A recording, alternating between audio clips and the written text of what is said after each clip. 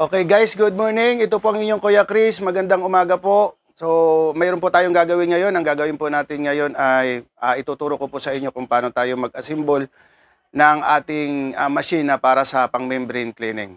Ito po yung ating mga materials na gagamitin, guys. So, ito na guys. Ito yung ating membrane housing na gagamitin para sa cylinder ng ating membrane. Paglalagyan natin ng membrane para ma-cleaning siya. Yan.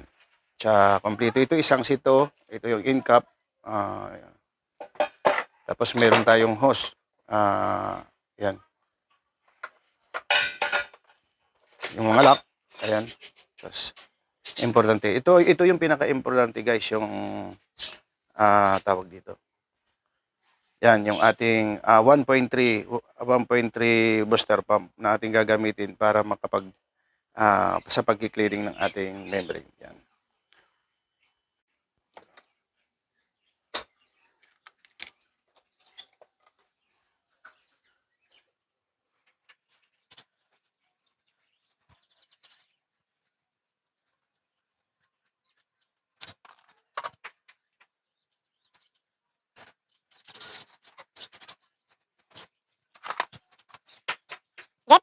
Kasi yung ako nakatalagyan. Katalagyan sa box.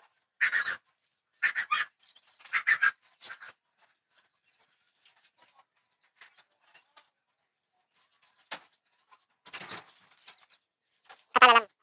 Malaki.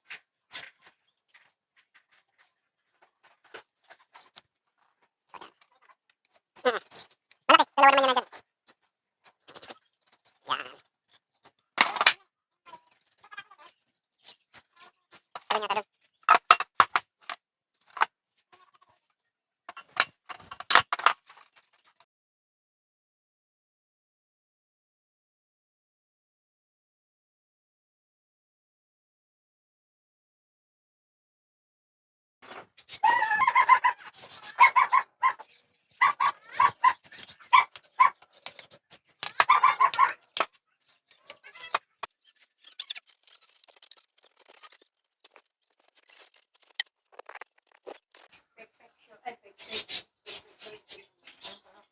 Talon nga, talon. Tinapay. Ayun, may pula, kaya ano yung buong tawag nila.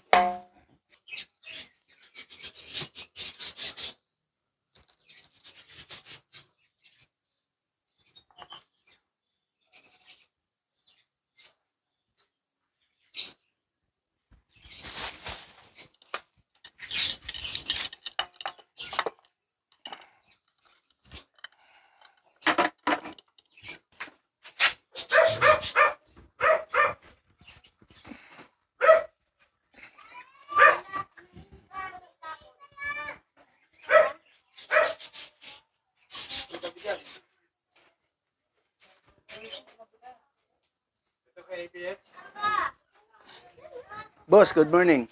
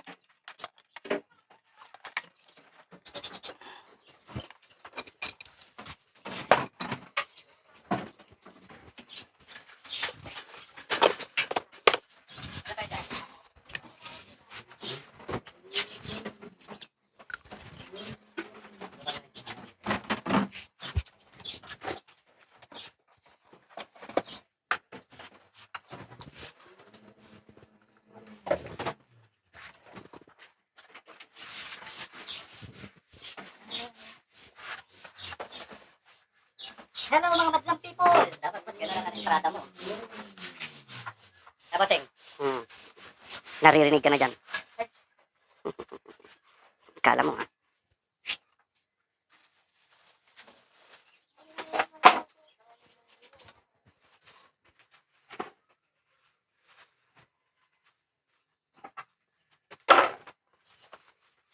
Maluwag.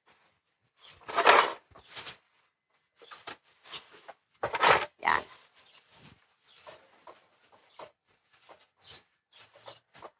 Tumiksi. So ayan guys, tapos na yung ating project. Yan, ito na guys yung ating ginawang membrane cleaning machine. Yan. So yan guys, okay na siya. Ready na tayo mamaya pagka maggagawa na tayo, magki-cleaning na tayo ng ating membrane. So ito yung ating membrane housing.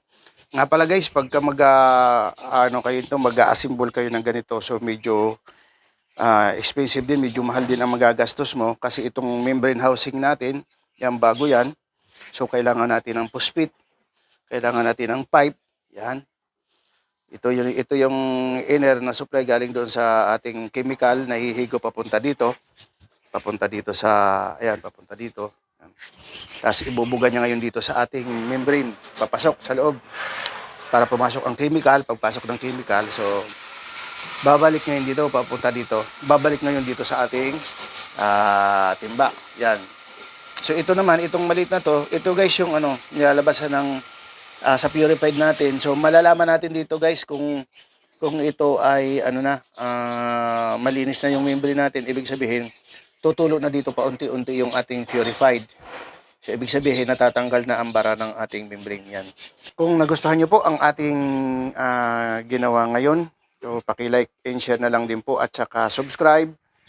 Paki-hit na rin po ang notification bell para updated po kayo sa ating mga bidyong gagawin po. Yan po guys, maraming salamat.